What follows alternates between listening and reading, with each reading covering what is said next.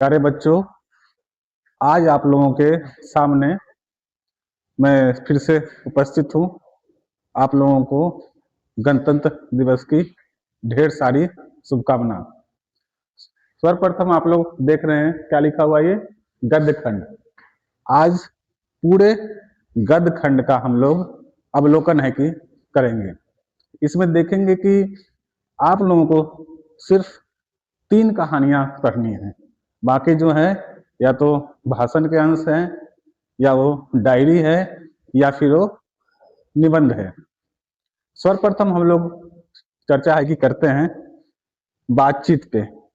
बातचीत क्या है? ये निबंध है, बालकृष्ण भट्ट जी का लिखा हुआ निबंध। उसने कहा था कहानी है। आचार्य चंद्रधर शर्मा गुलेरी की लिखी हुई कहानी है। संपूर्ण क्रांति जयप्रकाश नारायण जी का पटना के गांधी मैदान में दिया गया एक प्रमुख भाषण का अंश है। ये संपूर्ण क्रांति क्या है याद रखिएगा, भाषण का अंश है, क्योंकि ये हमारे बिहार से जुड़ा हुआ है। अर्धनारीश्वर रामधारी सिंह दिनकर जी के द्वारा लिखा गया है, और यह भी एक निबंध है। इसमें ज्यादा अभी हम डीप में नहीं जा रहे हैं, क्योंकि पहले हम चाहते हैं कि आप ये जान जाइए कि गद्य खंड में आपको सिर्फ 3 ही कहानियां पढ़नी है, जो कि आपको पूछ सकता है यह शीर्षक देकर कि ये क्या है। इससे महत्वपूर्ण प्रश्न बनते हैं। जैसे प्रश्न आ सकता है कि रोज क्या है, तो रोज एक कहानी है। उसी तरह से एक लेखक और एक पत्र, यह भगत सिंह के द्वारा सुखदेव को लिखा गया पत्र का अंश है। एक लेखक और एक पत्र, पत्र का अंश है जो कि भगत सिंह के द्वारा लिखा गया है। ओ सदनीरा, यह एक यात्रा वृतांत है। यात्रा वृतांत का अर्थ होता है कि जब आप घूमने जाते हैं और उस यात्रा के बारे में आप लिखते हैं, तो उसी को कहते हैं यात्रा वृतांत, जो कि लिखा है जगदीश चंद्र माथुर जी ने। ओ सदनीरा लिखा हुआ है जगदीश चंद्र माथुर जी का। अब जो अगला है वह है सिपाही की माँ। इसको लिखने वाले हैं मोहन राकेश। सिपाही की माँ क्या है? यह एकांकी है। एकांकी का अर्थ होता है एक अंक का नाटक, जो एक ही अंक में नाटक समाप्त हो जाता है, उसको कहते हैं एकांकी। अगला अध्याय है परगीत और समाज। यह नामवर सिंह जी के द्वारा लिखा गया एक निबंध है। अब अगला अध्याय है जूठन। जूठन दलित ओम प्रकाश वाल्मीकि जी का लिखा हुआ एक आत्मकथा का अंश है। अब जो अगला जो अध्याय है वह है, आप लोगों को नोट करना है तो इसको नोट है कि कर लीजिए कौन अध्याय क्या है। आप लोगों के सामने सबसे पहले उसने कहा था कहानी लेकर आए हैं, इसमें जिसमें आपको सारांश भी बताएंगे और आचार्य चंद्रधर शर्मा गुलेरी जी का परिचय भी देंगे, जिसको कि विस्तार से यहाँ पे हम बताएंगे। धैर्य के साथ वीडियो को अंत तक है कि देखिएगा, शेयर भी कीजिएगा और सब्सक्राइब भी कीजिएगा। सर्वप्रथम देखते हैं उसने कहा था कहानी। आचार्य चंद्रधर शर्मा गुलेरी जी ने अपने जीवन में मात्र 3 कहानी लिखकर पूरे हिंदी साहित्य में प्रसिद्धि पा ली थी। और यह प्रसिद्धि वैसी थी कि हिंदी कहानी में परिवर्तनकारी घटना हुई एक, जिसको कि हम लोग फ्लैशबैक के नाम से जानते हैं, और कहते भी हैं कि यह फ्लैशबैक में कही गई कहानी है। इस कहानी को लेकर हिंदी साहित्य में तो चर्चा होती ही है, दूसरे भाषाओं के भी साहित्यों में इसकी चर्चा होती है। आचार्य चंद्रधर शर्मा गुलेरी जी की लिखी हुई प्रथम कहानी है सुखमय जीवन। मनुष्य का जीवन कैसा होना चाहिए? सुखमय होना चाहिए, इसलिए आप लोग याद रखने के लिए इसको कह सकते हैं सुखमय जीवन। दूसरी कहानी है बुद्धू का कांटा। जब आप खाली पैर आम के बगीचे में जाते हैं या कहीं घूमने जाते हैं तो पैर में कांटा है कि गड़ जाता है, उस कांटा से याद रखिए बुद्धू का कांटा। सुखमय जीवन, बुद्धू का कांटा, इन दोनों कहानियों का प्रकाशन वर्ष है 1911 ईस्वी। सुखमय जीवन और बुद्धू का कांटा कहानी का प्रकाशन वर्ष है 1911 ईस्वी। यह प्रश्न पूछता है कि सुखमय जीवन कहानी का प्रकाशन किस वर्ष हुआ था, तो आप 1911 वाले गोला को रंग सकते हैं। उसी तरीके से प्रश्न रहेगा बुद्धू का कांटा कहानी का प्रकाशन वर्ष क्या है, तो उसका भी कहानी का प्रकाशन वर्ष 1911 है। अब उनकी अंतिम और प्रसिद्ध कहानी है जिसका कि शीर्षक है उसने कहा था। इसका प्रकाशन वर्ष है 1915 ईस्वी। एकदम यह महत्वपूर्ण प्रश्न है। उसने कहा था कहानी का प्रकाशन वर्ष कब हुआ था? 1915 ईस्वी। अब आप इस कहानी के सारांश को जानेंगे जो आपके सामने हम रखेंगे। उससे पहले इनके निबंध की चर्चा है कि कर लेते हैं। कछुआ का तो नाम आप लोग सुने ही होंगे, इसलिए उनका पहला जो निबंध है महत्वपूर्ण वह है कछुआ धर्म। कछुआ धर्म इनका पहला निबंध है। उसके बाद उनका दूसरा निबंध है जय जमुना मैया जी। जमुना नदी कहाँ है? दिल्ली में है, और अपने शाहपुर पटोरी के पास है गंगा नदी। तो दिल्ली की राजधानी में कौन सी नदी है? जमुना नदी। तो उससे आप इसको याद रख सकते हैं जय जमुना मैया जी। और तीसरा जो निबंध है इनका वो है काशी। काशी कहाँ है? आप लोग जानते ही होंगे। काशी उत्तर प्रदेश में है, जिसको कि हम लोग बनारस के नाम से जानते हैं, तो आप उससे ही याद रख सकते हैं। इनका जो तीसरा निबंध है वह है काशी, एक धार्मिक स्थल। अब आप लोग कहानी का सारांश जानना चाहेंगे। कहानी प्रारंभ होती है 8 वर्षीय सूबेदारनी, जो कि कहानी की केंद्रीय पात्र है।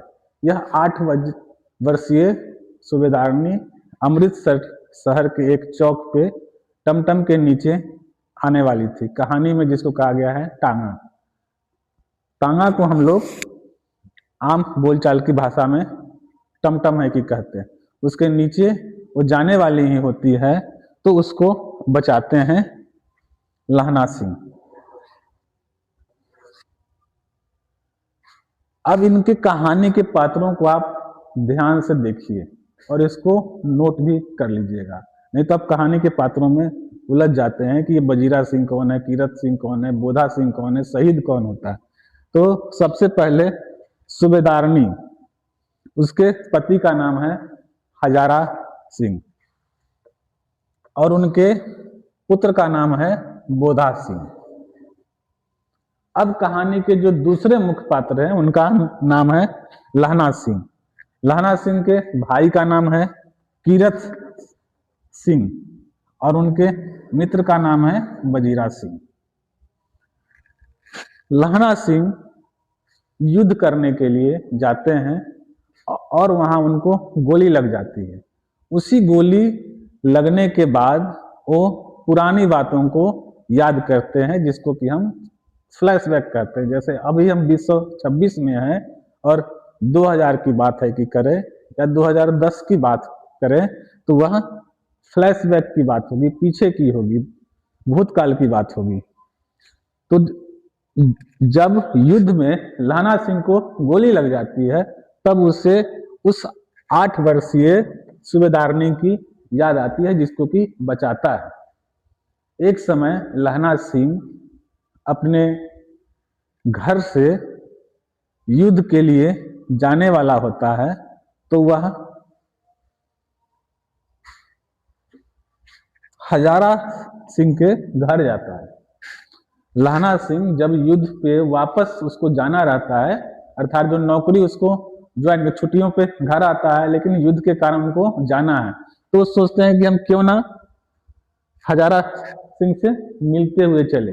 इस कहानी में कहा भी गया है कि एक केस की पैरवी करने जाते हैं और उसी दौरान हजारा सिंह के घर पहुंचते हैं, जहां उसकी मुलाकात सूबेदारनी से होती है। सूबेदारनी से जब मुलाकात होती है, तब पता चलता है कि हजारा सिंह उसके पति हैं और उनके पुत्र बोधा सिंह हैं। युद्ध के जाने के वक्त सूबेदारनी उनसे वचन नहीं की लेती और कहती है कि बचपन में तुमने मेरे जैसे प्राणों की रक्षा है की थी, उसी तरीके से युद्ध में मेरे पति हजारा सिंह और मेरे पुत्र बोधा सिंह की रक्षा है की करना।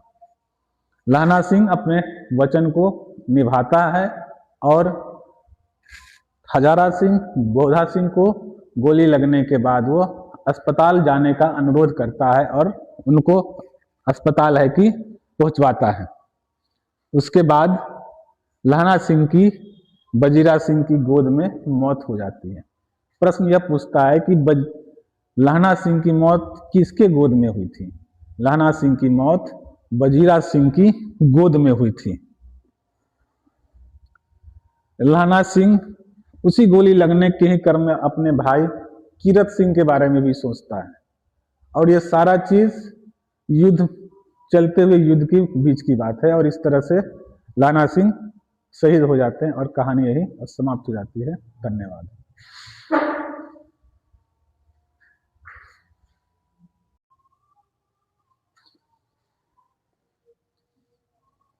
प्यारे बच्चों, अब आप लोगों के सामने जो आपकी दूसरी कहानी पढ़ना है, रोज, उसको लेकर आए हैं। और इनको रोज कहानी के लेखक हैं सच्चिदानंद हीरानंद वात्स्यायन अज्ञे। अज्ञे जी मुख्य रूप से जो है मनोवैज्ञानिक कहानी लिखते हैं। उनका उपन्यास पढ़ लीजिए तो, कहानी पढ़ लीजिए तो, एक तरह से ये दिमागों को चलाने वाला जो होता है उसको समझ रखकर कहानी लिखते हैं। मनोवैज्ञानिक अर्थात जिसको हम लोग अंग्रेजी में कहते हैं साइकेट्रिस्ट, उस तरह की कहानियों की ये रचना करते हैं। सबसे पहले सच्चिदानंद जी का परिचय जान लेते हैं। उन्होंने उस समय के कवियों को लेकर तार सप्तक के संपादन का कार्य किया है।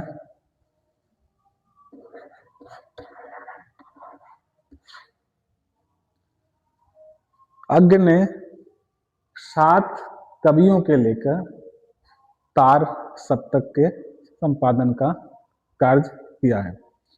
इससे एक महत्वपूर्ण प्रश्न है कि बनता है कि तार सप्तक में कितने कवि शामिल होते हैं?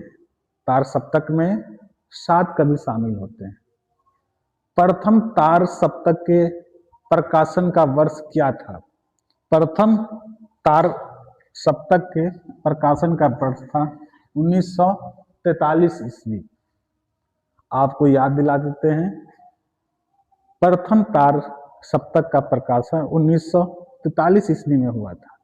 आप लोगों को किताब में एक कविता पढ़नी है, जन जन का चेहरा एक, जिसको लिखने वाले हैं गजानन माधव मुक्तिबोध। वह प्रथम तार सप्तक में शामिल थे। तो यह एक महत्वपूर्ण प्रश्न बनता है कि गजानन माधव मुक्तिबोध कौन से तार सप्तक में शामिल थे? तो इसका उत्तर होगा गजानन माधव मुक्तिबोध प्रथम तार सप्तक में शामिल थे। दूसरा तार सप्तक है जिसका अति प्रकाशन वर्ष है 1951 ईस्वी। दूसरे तार सप्तक में जो कि आपको एक कविता पढ़नी है, अधिनायक, जिनके रचनाकार का नाम है रघुवीर सहाय। दूसरे तार सप्तक में जो शामिल हुए हैं उनका नाम है रघुवीर सहाय। तो यह भी प्रश्न बनता है कि रघुवीर सहाय कौन से तार सप्तक में शामिल थे, तो इसका जवाब होगा रघुवीर सहाय दूसरे तार सप्तक में शामिल थे। और एक प्रश्न बनता है, दूसरे तार सप्तक का प्रकाशन वर्ष क्या था? दूसरे तार सप्तक का प्रकाशन वर्ष 1951 ईस्वी था। अज्ञ जी के महत्वपूर्ण उपन्यास, इससे बड़ा महत्वपूर्ण प्रश्न बनता है, शेखर एक जीवनी क्या है? जैसे ही आप लोग जीवनी देखते हैं तो आप लोग जीवनी को डार्क कर देते हैं। शेखर एक जीवनी है ही नहीं, ये आप लोग हमेशा याद रखिए। शेखर एक जीवनी नहीं है, ये एक उपन्यास है और यह मुख्य रूप से दो भागों में है, प्रथम और द्वितीय भाग में। इसके अतिरिक्त सच्चिदानंद, हीरानंद, वात्स्यायन अज्ञ के उपन्यास हैं नदी के द्वीप, और तीसरा है अपने अपने अजनबी। तीनों शब्द में देख रहे हैं कि अ लगा हुआ है, तो आप इससे याद रख सकते हैं अपने अपने अजनबी। ये सच्चिदानंद, हीरानंद, वात्स्यायन अज्ञ जी के उपन्यास हैं। इनके 3 उपन्यास हो गए। प्रथम शेखर एक जीवनी, 2 भागों में, प्रथम और द्वितीय। दूसरा हो गया नदी के द्वीप, और तीसरा हो गया अपने अपने अजनबी। इनके यात्रा वृत्तांत बड़े ही प्रसिद्ध हैं। सच्चिदानंद, हीरानंद, वात्स्यायन के यात्रा वृत्तांत बड़े ही प्रसिद्ध हैं, आप इसको नोट कर लीजिए। अरे यायावर याद रहेगा, अरे यायावर याद रहेगा। और दूसरा है यात्रा वृत्तांत एक बूंद सहसा उछली, एक बूंद सहसा उछली, और अरे यायावर रहेगा याद, ये दोनों इनके यात्रा वृत्तांत हैं। इससे भी महत्वपूर्ण बनता है कि अरे यायावर रहेगा याद क्या है? अरे यायावर रहेगा याद यह एक यात्रा वृत्तांत है। एक बूंद सहसा उछली, यह भी एक यात्रा वृत्तांत है। अब हम लोग कहानी के सारांश पे चर्चा है कि करेंगे। रोज कहानी के मुख्य रूप से जो पात्र है वह है मालती, मालती के पति डॉक्टर महेश्वर और उनका पुत्र टिट्टी। रोज कहानी के मुख्य रूप से 3 पात्र और केंद्रीय पात्र हैं मालती। मालती के पति का नाम है डॉक्टर महेश्वर और उनके पुत्र का नाम है टिट्टी। ये इस कहानी में दिखाया गया है कि कैसे महिलाएं शादी के बाद अपनी भूमिका में बदल जाते हैं। जो मालती बचपन में बहुत हंसती बोलती रहती थी, आज उसके जीवन में निरस्ता आ गई है। पति अस्पताल है कि चला जाता है और उसके बाद यह अपने घर में अकेले रहती है और अपने बेटे का देखभाल करती है। वह भी अपने बेटे के देखभाल में सही रूप से ध्यान है कि नहीं देती है। एक दिन अचानक उसका भाई घर पे आता है तो वह देखता क्या है कि घर में एक भारीपन सा महसूस हो रहा है। घर में भारीपन सा महसूस है, कोई उसमें उल्लास नहीं है उसके जीवन में, अर्थात मालती के जीवन में कोई उत्साह नहीं है, उसके दाम्पत्य जीवन में कोई रस नहीं है, उसकी जो शादीशुदा जिंदगी है वह उदास है। इसलिए मैंने कहा है कि उसके जीवन में अर्थात मालती और डॉक्टर महेश्वर के दाम्पत्य जीवन में रस का अभाव है, खुशी का, उत्साह का अभाव है। जब उसका मालती का भाई घर पे आता है तो उसका बेटा टिट्टी गिर जाता है, उसको चोट लग जाता है, तो मालती उससे भी उदासीन रहती है और कहती है कि ये तो इसकी रोज की बात है। वह उसके रोने से परेशान नहीं होती, कहती है कि ऐसे ही चुप हो जाएगा, रोते रोते वह चुप हो जाएगा। जब नल का पानी आता है तो कहती है कि लगता है 3 बज गए। अर्थात मनुष्य जो है कैसे मानवीय जीवन से यंत्र की तरफ बढ़ रहा है। इसलिए उसके दिमाग में ये चीज चलता है कि नल का पानी आ गया अर्थात 3 है कि बज गए। बातचीत करते करते अचानक घड़ियाल की आवाज आती है, घड़ी में जो टिक टिक करता है उसकी आवाज आती है, तो कहती है लगता है 12 बज गए, आज फिर से 12 बज गए हैं। तो ये थी रोज कहानी का सारांश। इसके लिए आप लोगों ने सुना, इसको है कि शेयर है कि कीजिए और सब्सक्राइब कीजिए मेरे चैनल को और मेरे उत्साह को है कि बढ़ाइए। बहुत बहुत धन्यवाद।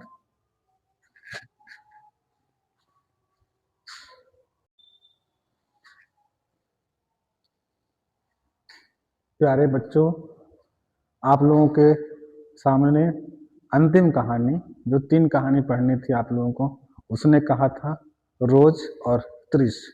बाकी जो भी हैं अध्याय या तो निबंध है, नहीं तो भाषण के अंश है, नहीं तो यात्रा वृत्तांत है, नहीं तो डायरी के अंश है, नहीं तो आत्मकथा के अंश है गद्य खंड में। तो आप लोगों के सामने अंतिम कहानी है जिसका शीर्षक है त्रिच। त्रिच को लिखने वाले हैं उदय प्रकाश। उदय प्रकाश जी का जन्म 1 जनवरी 1952 ईस्वी को मध्य प्रदेश में हुआ था। उदय प्रकाश जी मध्य प्रदेश के रहने वाले थे और इसी महीने अर्थात जनवरी के महीने में ही 1 जनवरी, जिसको हम लोग कहते हैं हैप्पी न्यू ईयर, किस दिन विश करते हैं 1 जनवरी को, तो आप लोग याद रख सकते हैं उदय प्रकाश जी का जन्म 1 जनवरी को हुआ था मध्य प्रदेश में और ईस्वी था 1952। उनके प्रसिद्ध कहानी संग्रह हैं दरियाई घोड़ा।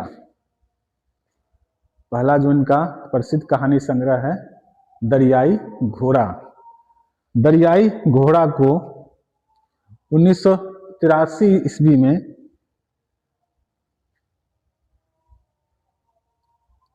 ओम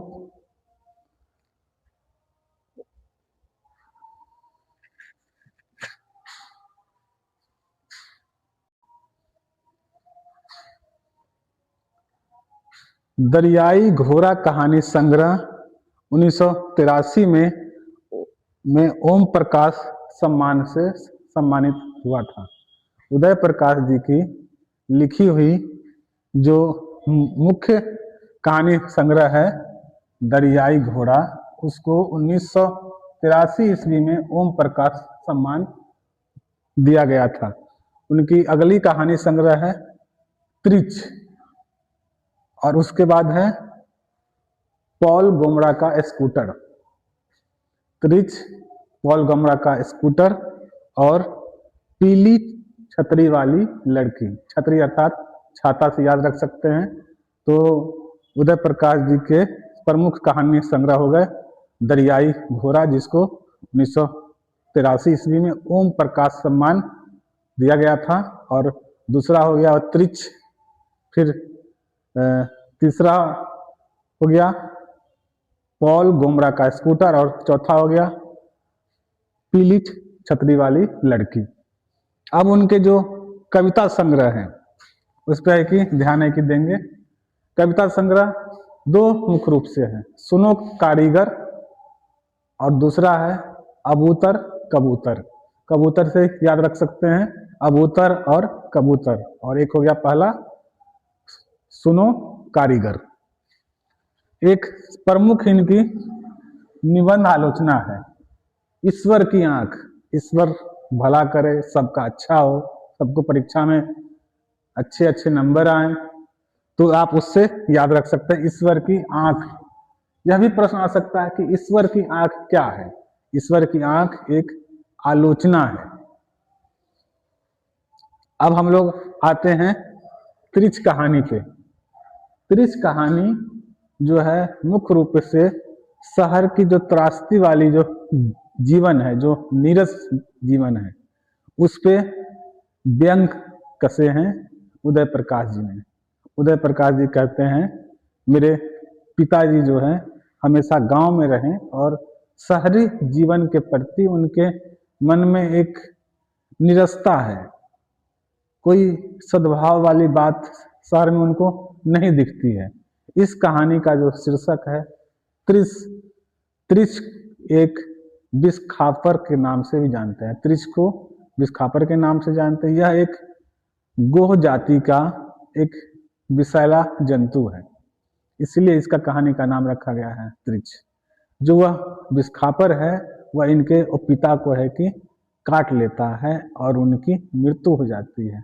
उस मृत्यु और शहरी जीवन की झंझावतों में झुंसते हुए कैसे पिताजी शहर में अकेले महसूस करते हैं, वो अपनी बातों को किसी से कह नहीं पाते हैं, न उनको कोई एड्रेस बताता है, न कोई पूछता है। वो बेचारे तरफ तरफ के शहरी जीवन में मर जाते हैं। उसी तरीके से गांव का व्यक्ति शहर में अपने आप को अनजान महसूस करता है।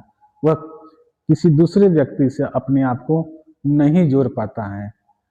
ग्रामीण जीवन में जो भाईचारा है, जो प्रेम है, वह शहरी जीवन में नहीं दिखता है। वहाँ शहर में किसी को एक दूसरे से कोई मतलब नहीं रहता है। सब अपने अपने काम में व्यस्त रहते हैं। लोग भाग दौड़ में लगे हुए हैं। जीवन में कोई लगता है कि भागने के सिवा कोई रस्सी नहीं है। इस तरह से ये कहानी उदय प्रकाश जी लेखक जी के पिता की मृत्यु के बाद समाप्त हो जाती है। धन्यवाद।